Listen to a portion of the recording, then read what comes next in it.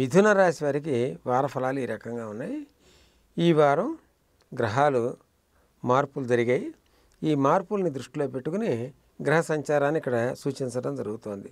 ద్వితీయంలో రాహువు, సప్తమంలో శని, ఆరింట గురువు, దేవగురువు అయినటువంటి బృహస్పతి ఆరింట ఉన్నాడు.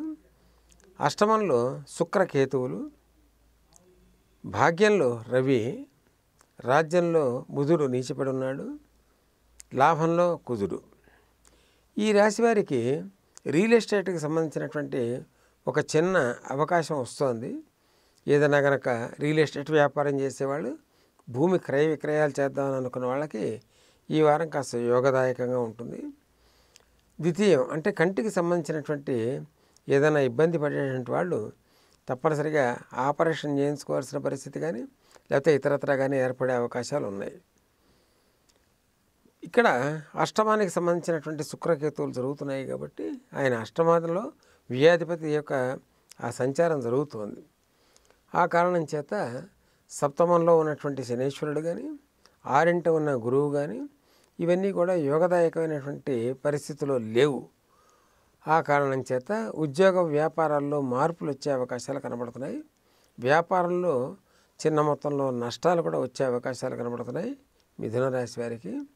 ఈ ఫలితాలు మనం తెలుసుకునేటప్పుడు ఒకటి చాలా తప్పనిసరిగా గుర్తుపెట్టుకోవాల్సినటువంటి పరిస్థితి, జన్మజాతక రీత్యా ఉన్నటువంటి దశాంతర దశల్ని పరిగణలోకి తీసుకోకుండా కేవలం గ్రహ సంచారం ఆధారంగా చెప్తున్నటువంటి ఫలితాలు ఇవి. దీన్ని ఆధారంగా చేసుకుని పరిష్కారం చేసుకుందాం అని అనుకున్నటువంటి అభిలషించేటువంటి వ్యక్తులకి శనివారం నాడు నువ్వుల నూనెతో దీపం చేసుకోవటం, దీపం పెట్టడం అంటే ఇనుప ప్రమిదలో అయితే చాలా శ్రేష్టం. శుక్రకేతువుల యొక్క సంచారం అంటే అష్టమంలో జరుగుతుంది కాబట్టి వీలున్నంత వరకు అతి పులుపు అయినటువంటి వస్తువుల్ని తీసుకోకుండా అంటే స్వీకరించకుండా ఉంటే బాగుంటుంది.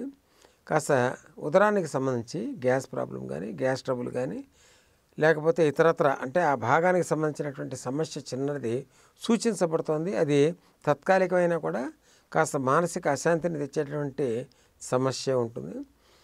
ఆ కారణం చేత కాస్త తిండి విషయంలో కూడా జాగ్రత్తగా కనుక ఉన్నట్టయితే మిథున రాశి వారు ఈ వారం గట్టెక్కే అవకాశం ఉంటుంది. రాబోయే సమయంలో రాహు మిథునంలోకి ప్రవేశిస్తున్నాడు.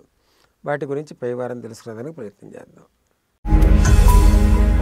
ఈ వీడియో గనుక మీకు నచ్చినట్లయితే లైక్ చేయండి, షేర్ చేయండి. మరిన్ని వీడియోస్ కోసం మా ఛానల్ను సబ్స్క్రైబ్ చేయండి.